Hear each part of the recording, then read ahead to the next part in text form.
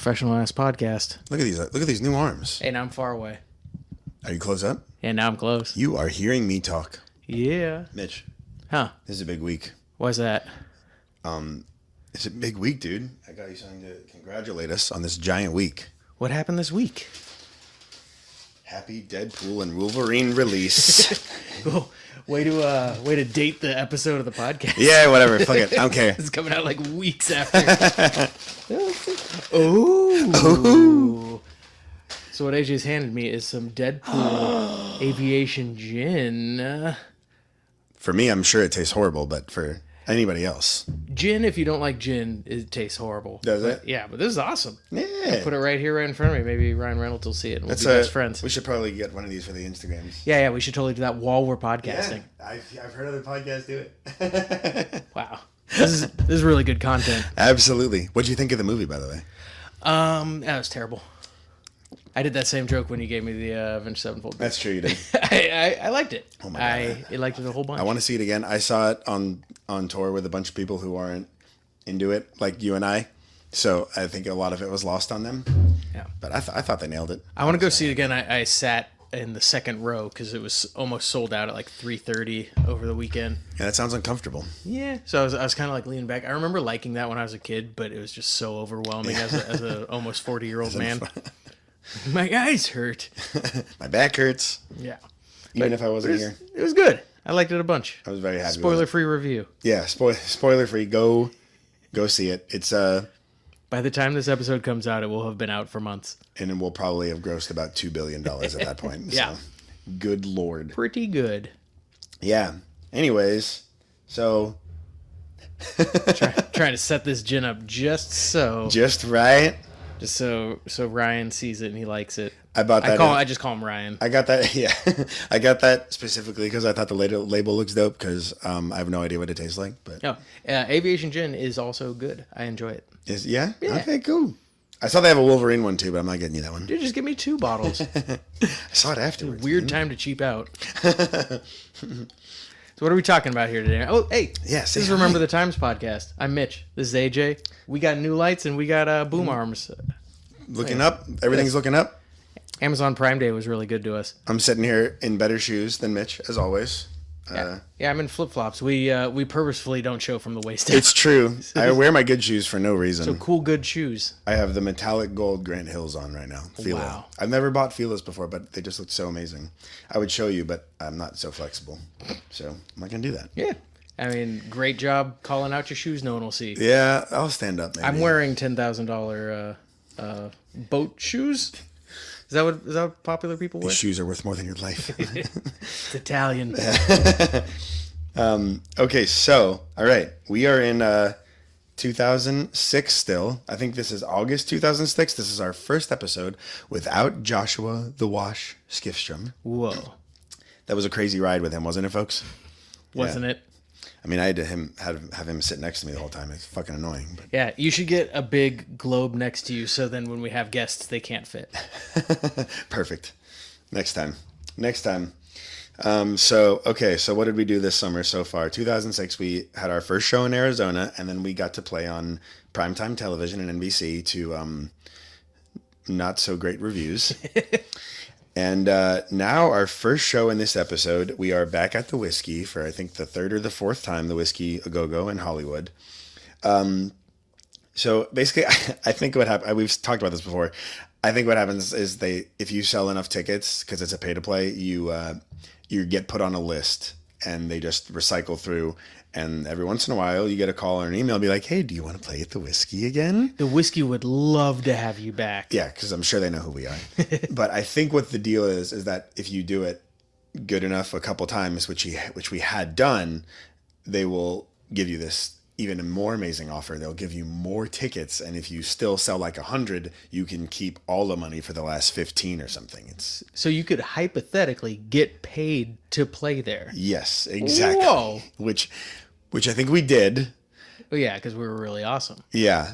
We went all out on this one because we wanted to get our set filmed live there. Which Yeah, there was an option that they had where you could like throw them $100 or something, and they would They would Yeah, basically. I honestly don't remember how much it was. It was like $120 or something like that. Really? But they would cut together from all their various cameras. Yeah. A little show for you. Which, if all things go to plan, you will be able to watch our full set here at the Whiskey on our YouTube channel as of the time of this episode airs. Ooh. Yeah. Let's hope that worked. We're gonna figure it out. I did find the DVD, so Nice. but so we really wanted to get, the main goal of this show was to get this DVD for us, if I remember correctly. So we were gonna pay for that. We got a party bus, which I think was also an endeavor completely set up by you and I. I think we got it through a buddy that we went to high school with. His dad owned a limo company or something. Yeah, that sounds familiar. So basically people pay extra to get to rage on this bus on the way up to the Whiskey and see us play and rage more. But it's always packed with like, beer and whatever. Even though we weren't 21, but I'm fairly certain that's what happens on a party We bus. Loaded it up. We had to go buy we bought it and load it up. Okay. But yeah, we were, I want to say like 19 and 20. We were 19. So Chris was 17. So nobody was going to be able to drink at the Whiskey. So the idea was get on the party bus. You could drink the whole way up to the Whiskey, have fun, and then drink on the way back home. And the driver just looks the other way. Yeah, pretty much. I know we've done this like a couple times over the years, not probably in like 15 years, but I have never set foot on a party bus. I've just helped everyone set it up. I've helped everyone set it up, and I've never even gotten to experience it. Not that it would be something I'd be like, oh, I get to drink soda on a bus. But I mean, obviously I'd love to hang out with everyone, but yeah, I've never had the chance to see what it's about. I get incredibly car sick, so party buses sound horrible to me, but then I just end up drinking a whole bunch, and I'm just like, oh, I'm fine. Kinda. I don't remember where I am. I have some great stories about party buses for us later on, but yeah. So we did that. We also decided to join up with this band called Moss, if you remember. I do. Which is basically full of people that end up being our bandmates later in life. So that was interesting. Jeff Neeson, the guitar player, who I actually went to Catholic school with for 9 years, was in this band. I think that's how we decided to play together. He was in, at the time, like an 80s rock band. I'm pretty sure I remember them covering Run to the Hills by Iron Maiden at this show. Yeah, so like together, the both of us, we definitely packed it. We did our job. We sold quite a few tickets. I don't really remember too much about it. Oh yeah, I was excited because you made the flyer and you made it a Power Ranger flyer. I just thought that was cool. I remember it on MySpace. I can't find it anymore. Jeff's parents came, and I don't think they had seen me since we graduated 8th grade, so they had never seen me in makeup and stuff before, and they were shocked. I could see that. Yeah, and I remember you like busted your knuckles open. You punched the stage during like one of the breakdowns. Cool. yeah. And I'm pretty sure you can like hear the mic knock like on the set. Yeah. So silly move. So you're gonna see that on the thing too. You can just hear all of a sudden just. Yeah, because it's always a really smart move to punch hard things while holding the microphone that is turned on. Absolutely, it is. But sometimes you get too excited. I am just such a passionate performer and artiste. You are. I sacrifice the body every time. Really good show all around. I think we even convinced Josh to dress in black and wear makeup with us this time. Like, dude, it's Hollywood, man. Yeah, looked absolutely fantastic. It was a great crowd.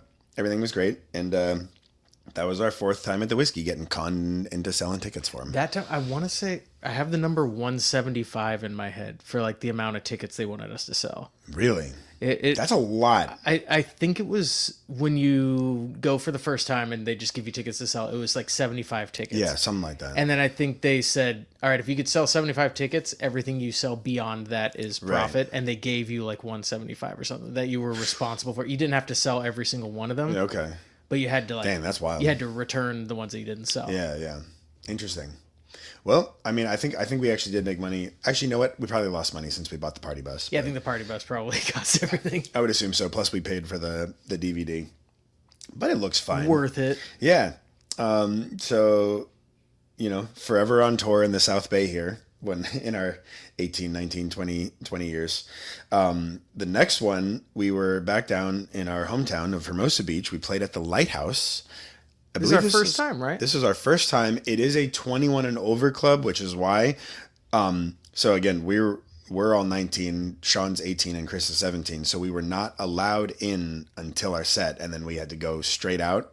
I did just recently. Sean sent me some pictures of this, and you came straight from work because you're in your Parks and Rec. Oh, cool! Fucking shirt. That thing that I did multiple times. Yep.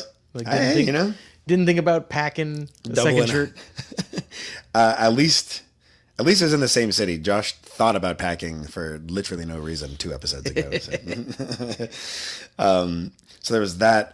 If anybody is not from Hermosa Beach, you can see the Lighthouse in La La Land. It's where Ryan Gosling, gives her the business on jazz and why it's so awesome. Yeah, it's very exciting. I have. I grew up in Hermosa Beach, so I got used to seeing the lighthouse around. I didn't really think of it as like a landmark. Yeah. It was just a place that was there. But the last few times we've been down to the pier for any reason, I've seen like tourists taking pictures in front of the sign in the back, like near the alley. Right. And they're like doing peace signs like, oh my God, I'm here. Well, I'm like, I think that's all spoiled from La La Land now, but it was a legendary jazz club in like the 40s or 50s or something. Yeah, I don't think these like 24-year-old tourists are huge jazz heads. No. They like Ryan Gosling. And Emma Stone. As do I. I'm more of a Gosling fan, personally. Well, yeah. What's not to like? And actually, we opened for 2 Cents, which, I don't know if you remember them. I do. I completely forgot to say this in like episode 3 or something. We opened for them the first time we played at the Viper Room, too. I thought I might have called that out. Did we say that? I don't remember it being in there. Maybe it was a long time ago. 2 Cents, man, they were an awesome band. I felt like they never got the recognition they deserved. They were kind of more of like a band's band that like everybody, anybody from Pennywise to Killswitch Engage would throw them on their tours. But I don't know, it never got to that point. They were always opening for huge acts. Yeah. And they were such a fun act to watch, but like for some reason just never push past that plateau. The drummer was also the singer, and they almost sounded like Pantera. Yeah, like and slightly he would updated. play the drums rotated 90 degrees, right? So he was looking over his shoulder at the crowd, and the kick drum was pointing towards like the guitar player. Yeah, if they're on the streaming services, you should check them out because they were awesome. So those are our 2 in August 2006. So now we are up into September 2006. My God, we're about 8 years in on podcast memories here. Jesus. So next we're at the Cobalt Cafe again, which we already talked about, and we don't know which one is which, so we don't really need to focus on it. We were there. I'm pretty sure this was the one that we were opening for bands from Victory Records. If I am correct on that, the only thing I remember that is one of the bands, the drummer looked like very much so like the drummer from Atreyu. And I feel like he like really leaned into that and like dressed like and tried to look exactly like him and stuff. Somebody told me once that I look like this guy. That's like I was told once that I look like Chris Pratt. So then I was just like gonna start dressing and acting just like Andy Dwyer, the Chris Pratt that everybody loved. Yeah, but that's like pretty like sometimes I watch him and I'm like, wait a minute, that's not Mitch. One day I'm gonna be Star-Lord Chris Pratt. You watch. There's a couple that one time that Chris Pratt goes like I don't know if it's like a GIF now. Oh, the excited whatever. That like legit sometimes I'm like, oh my God, that's Steve. Like that just to me looks like yeah. Steve. I think I've seen Steve make that face. Steve being my brother. Yeah, Steve's his brother. He's gonna come up actually a lot on this podcast. Probably like next episode. Ooh, baby. A little mention here. And okay, next. So yeah, nothing fucking happened. This one is another one that we played at a lot. The Westchester Grill. This is our first time there. Our first time there. I loved this venue. Yeah. We got fond memories. Very fond memories. This was one of the ones where I'm pretty sure we played there like 5 or 6 times, all with A Dying Dream, aka The Ghost Inside, Let Live. Katsumoto was on there. If you guys are from the South Bay, Dawn the Reader. It was just completely packed with all the hardcore bands, and every show. I don't think we ever had a bad show there. No, they were always completely packed. Yeah, right. It was amazing, and yeah, we got a lot of good stuff off of that. That's probably why we became good friends with the Dying Dream. Like on top of that, and such. But this was our first time. I don't know. Do you have any like huge memories on it? Because I'm having trouble remembering like which one is which there. The only one that I have like a distinct memory of is we did a Halloween show there. Other than that, there was just shows that happened there. Yeah, I definitely remember somebody stole some of Chris's drums once there. We never found out what happened there, or somebody could actually just thought it was theirs. And It left. wasn't in the best area. It wasn't. It was like right on like intersection of two busy streets. Yeah, and too, you had to unload like after you got off stage. You just had to unload like right onto the street. So. Yeah, so pretty. Are. I think that's probably where we developed the habit of now somebody always sits with the gear when we're unloading, no matter where we are. Even to this day. Yeah, 100%.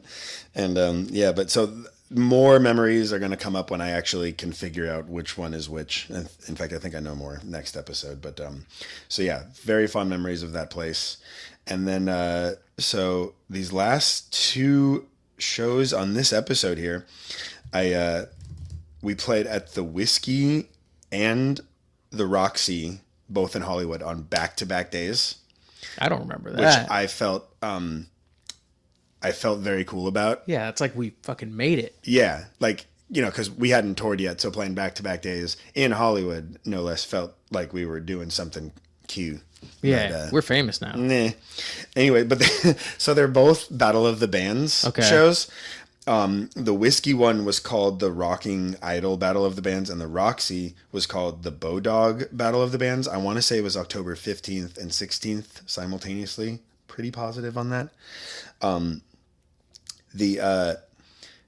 I think they were record labels trying to figure out new bands they were signing. I do not remember how we got the Whiskey one, but the Roxy has an interesting story to it. Some kid who really liked our band, just signed us up like an email, and then he like messaged me on MySpace, so like, hey, I put your email in on this thing. You should make a profile and go for it. And I was just like, oh, I mean, sure, why not? Whatever. Thanks for doing that on our behalf. Yeah. Kid. So I made us a profile and I did it, and then we got like selected. I don't know. They liked our music or whatever.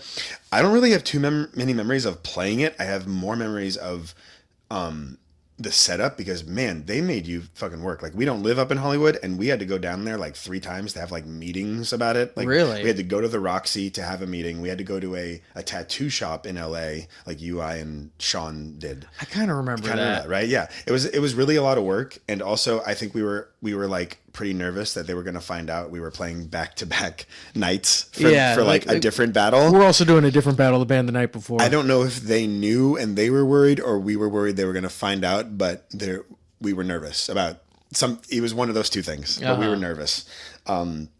Yeah, so I don't remember how they went. Do I have, someone was worried. Yeah. But so, we did, we advanced in the Bodog, the Roxy one. We got to the second round, and that's going to be a very huge show for us moving forward. So you're going to hear about that next one. So, but we won. We won second place, and that was the next round was at the Key Club. We're back at the Key Club, which fucking A, we still have not figured out what the name of that place is now. It's because I don't care. 4th time. If I really cared, I would have looked it up by now. Yeah, but right. I think I just don't care. It's the Key Club. Like we said it, like it's the fucking Staples Center. It's the Sears Tower. This is ridiculous. Yeah. We're not changing with the times. Yeah. And so for the last fun memory of this episode, October 2006 was when I moved back to the South Bay from Hollywood. I was, I think I told you guys when I was going to school up there, I was working at it was called Lickety Split. It was a frozen custard / sandwich shop.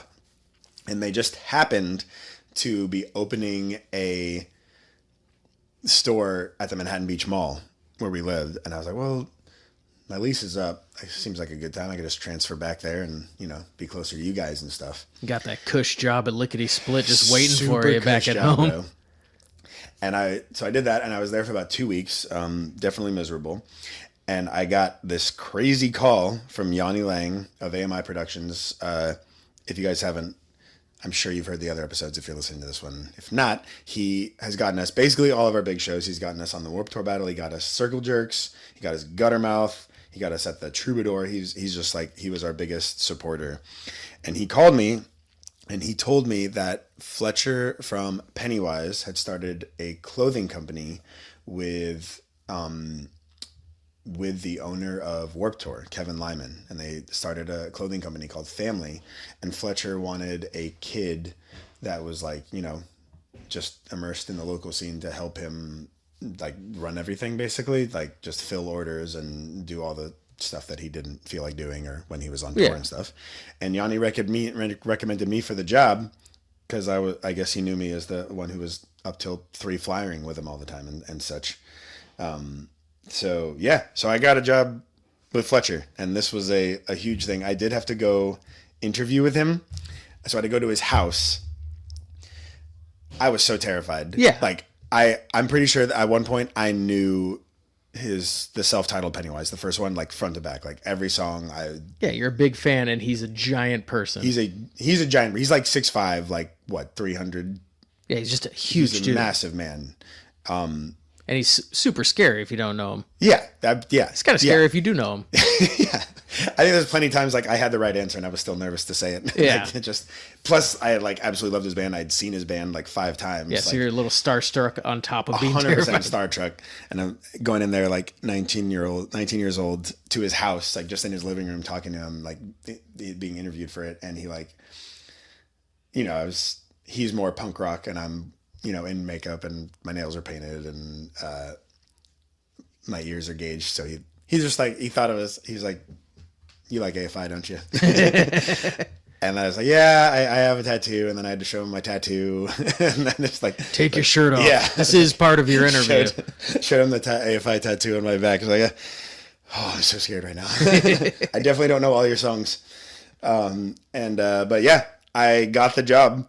And so I got to work with Fletcher from Pennywise for like a very long time. I saw him every day. We were going to all the skate and surf shops, refilling orders. I got to meet a very big player that's going to come up for us, Mr. Kenneth Seaton. It's going to come up a lot. And yeah, so I was like just hanging out with Fletcher, going to lunch with him every day. And like, it was really amazing. And that is not only was that great, but it did exactly what we wanted. It helped our band out, which you guys will hear about in the future. We'll get there. So yeah, all these things, the Battle of the Bands and me getting a job with Fletcher's clothing company are all going to greatly affect next episode and going forward. So beyond. So this is a good place to stop because, now we have to set up for the next one when everything starts to get crazy. All right. Yeah. All right, cool. Pennywise, baby. Cool. Well, then I guess that's it for this episode. That's this one. Yeah, I'm gonna go drink this entire bottle of gin. I thought you had you can't drink it, right? Yeah, I got a physical in the morning. They're gonna be really pissed if I'm like an enema or something, or what? No, it's like a physical. Like you go to the doctor and they check you out. You never done this? I'm like Wolverine, basically. I don't need to, so I'm fine. You're closer to Deadpool. Your body's like 90% cancer. I just can't die though, so it's fine. Yeah, you're gonna be fine. It's all good. Yeah. No, go get your physicals, folks. Preventative health. Yeah, do it. And come listen to us in 2 weeks. You can find out what happens to us with Fletcher and the Battle of the Bands and stuff. All right. Oh my gosh. All right. Thanks for listening, liking all the fun stuff. Bye. Bye. Cute.